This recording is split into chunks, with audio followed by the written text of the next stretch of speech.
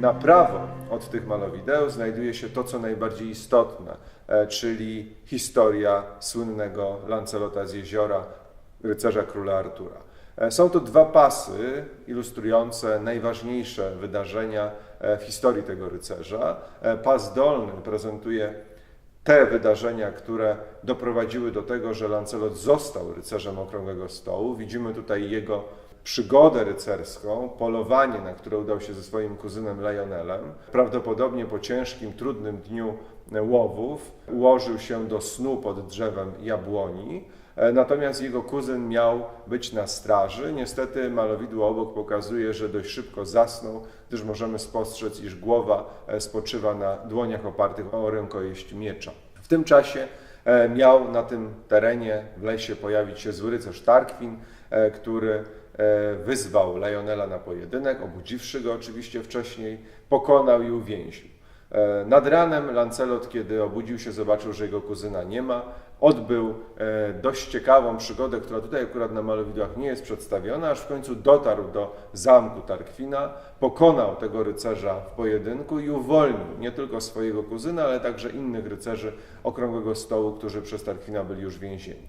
I na końcu tego dolnego pasa widać scenę, która przez niektórych interpretowana jest jako podziękowanie za uratowanie przez Lancelota, wyrażone przez seneszala króla Artura Keja, według innych jako scenę hołdu, gdzie Lancelot klęczy przed królem Arturem, ujmuje jego dłoń w swoje dłonie. Jest to jakby jeden z tych wydarzeń, które miało potwierdzić, że został przyjęty w ten sposób w grono rycerzy Okrągłego Stołu. Górny pas przedstawia historię miłości, trudnej, grzesznej miłości pomiędzy Lancelotem a żoną króla Artura Ginewrą. Możemy zobaczyć na początku przedstawienie zamku, czyli słynnej twierdzy króla Artura, zamku Camelot. Przy zamku siedzi królowa oraz jej damy dworu, natomiast przed nią stoi rycerz w asyście innych rycerzy, który zaprasza ją na wycieczkę. Już na następnej scenie widzimy grupę rycerzy oraz grupę dam w zielonych sukniach udających się na taką majówkę.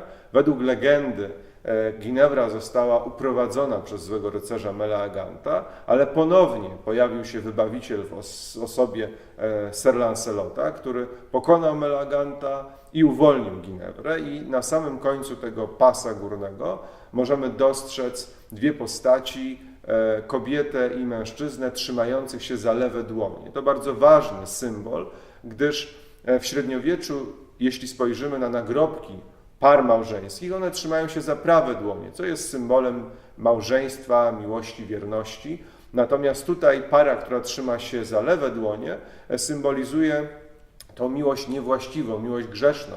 Musimy bowiem pamiętać, że Ginewra była żoną króla Artura i zdradzała go w ten sposób, a Lancelot był jego rycerzem i w ten sposób również nie okazywał wierności swemu suwerenowi.